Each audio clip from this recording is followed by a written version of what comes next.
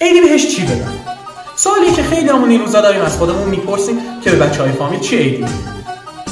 خب اگه بهشون پول بدیم، خب معمولا پولا رو جمع میکنه، حالا یا پدر مادر بهش میدارن یا خودش میبره یه جای خرج میکنه و تموم میشه.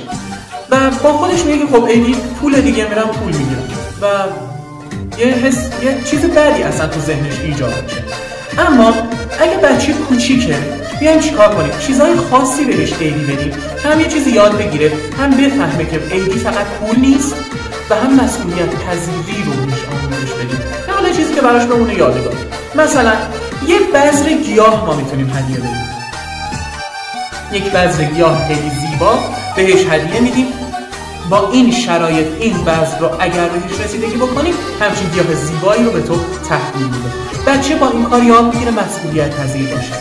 یاد میگیره باید چیزی رو که بهش میدیم هم مراقبت بکنه ازش و هم مسئولیتش رو قبول بکنه. مسئولیت خیلی شما نظرتون چیه؟ چی دوست دارید عیدی بدید؟ تو کامنت ها برام بنویسید، بهترینش رو استوری بکنید. ویژه برنامه نوروزی ما تحت عنوان روانتکانی هم از کانال یوتیوب به هیچ عنوان از دست ندید.